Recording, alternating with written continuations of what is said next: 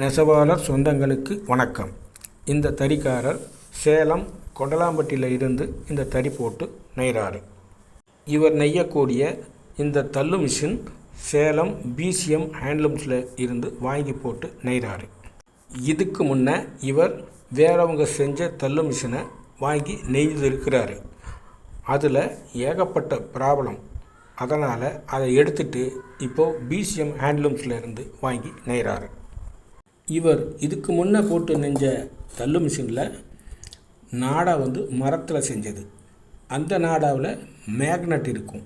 இதனால் என்ன ஆகுதுன்னா, இவர் நெய்யக்கூடிய தறியில் ஜரிகை தேயுது, ஜரிகையில் சும்மா போகுது, நாடா கீழே விழுது என்றதுக்காகவே அந்த மிஷினை வாங்கி பிசிஎம் ஹேண்ட்லூம்ஸை போட்டிருக்கிறாரு. இந்த மிஷினில் அந்த பிரச்சனை இல்லை. இந்த நாடா ஸ்டீலில் செஞ்ச நாடா. இதுக்கு உள்ளார வச்சிருக்கிறது பேரிங்கு, மேக்னட் இல்லை. அதனால் ஜரிகை தேயறதில்ல, ஜரிகை இலை இருக்கிறதில்ல, நாடாவும் கீழே விழுவுறதில்லை. இவர் நெய்யக்கூடிய இந்த ரகத்தில் பாருங்கள், 5 வாட்டத்துக்கு ஒரு வாட்டம் கலர் மாற்றி கோடு போடணும். அதாவது கையிலேயே வீசி அந்த கலரை கொண்டு வரணும். இதுக்காக இந்த தள்ளு மிஷின் ரொம்ப சௌரியமாக இருக்குது. ஏன்னா இந்த தள்ளு மிஷினுடைய உயரம் ரொம்ப கம்மி, 1க்கு 1 பைப்பில் செஞ்சுருக்குது. அதனால் இவர் நாடா வீசுறதுக்கு உண்டான இட வசதி ரொம்ப சௌரியமாக கிடைக்குது. அந்த கேப் நிறையா கிடைக்கிறதுனால கையை உள்ளே விட்டு அந்த நாடாவை கையில் வீச முடியுது. இது ஒரு சௌரியமும் இந்த மிஷினில் இருக்குது.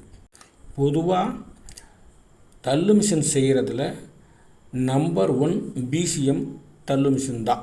வேறு எந்த தயாரிப்பாளர்களாலையும் இந்த மாதிரியான தள்ளு மிஷின் செய்ய முடியறதில்ல.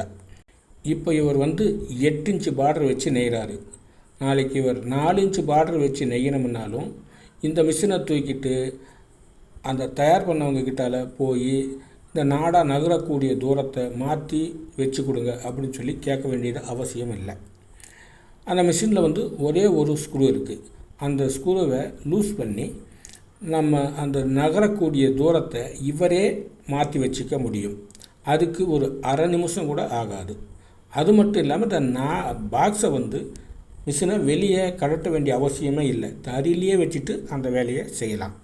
அந்த அளவுக்கு இந்த மிஷினில் சௌரியங்கள் இருக்குது. இதுவரைக்கும் பிசிஎம் ஹேண்ட்லூம்ஸில் இருந்து வாங்கின தள்ளு மிஷின் நெய்ய முடியல அப்படின்னு சொல்லி யாருமே எடுத்து வச்சதே இல்லை. இந்த தள்ளு மிஷின் செகண்ட்ஸ் பிசிஎம் தள்ளு மிஷின் கிடைக்காது. வாங்கினா புதுசு தான் வாங்க வேண்டி வரும். என்ன காரணம்னா, யாரும் இந்த மிஷினை கலட்டி வைக்கிறதே இல்லை. போட்டவங்க போட்டபடி நெஞ்சிக்கிட்டே இருக்கிறாங்க. அப்படியே யாராவது ரகம் மாற்றுறதுக்காக கலட்டி வச்சாலும் அந்த மிஷினை உடனே வேறவங்க வாங்கிட்டு போயிடுறாங்க. அந்த அளவுக்கு அந்த மிஷின் சௌரியங்கள் இருக்குது அப்படிங்கிறது எல்லா தறிகாரங்களுக்கும் தெரியுது. இதே வேறவங்க செஞ்ச தள்ளு மிஷின் நிறைய செகண்ட்ஸ் கிடைக்கிறது இருக்குது. வேணும்னா ரொம்ப விலை கம்மியாக வாங்கலாம். இந்த பிசிஎம் மிஷினுக்கு மட்டும் அந்த மாதிரி எங்கேயும் கிடைக்காது. இவங்க 2 விதமான தள்ளு மிஷின் செய்கிறாங்க. ஒன்று அலுமினிய தள்ளு மிஷின், இன்னொன்று சில்வர் தள்ளு மிஷின்.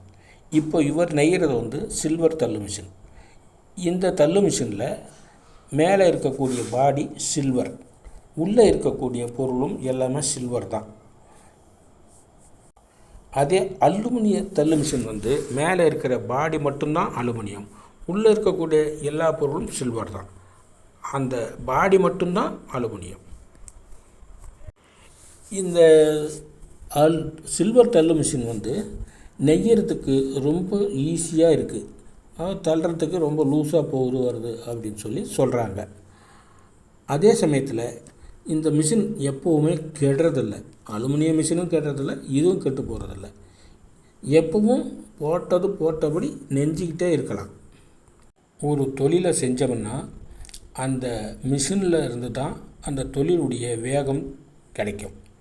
அதாவது ஒரு தறி போட்டோம், அந்த தறியை போட்டு மலன்னு நெய்யணுங்கிற ஆசையும் ஆர்வமும் இருக்கணும். இந்த மிஷினில் அந்த ஆர்வம் இருக்கும். தறியில் இறங்கிட்டால் தறி விட்டு வர்றதுக்கு மனசே வராது. அவங்க பாட்டுக்கு நெஞ்சிக்கிட்டே இருக்கலாம். அந்த ஒரு சௌகரியம் இந்த மிஷினில்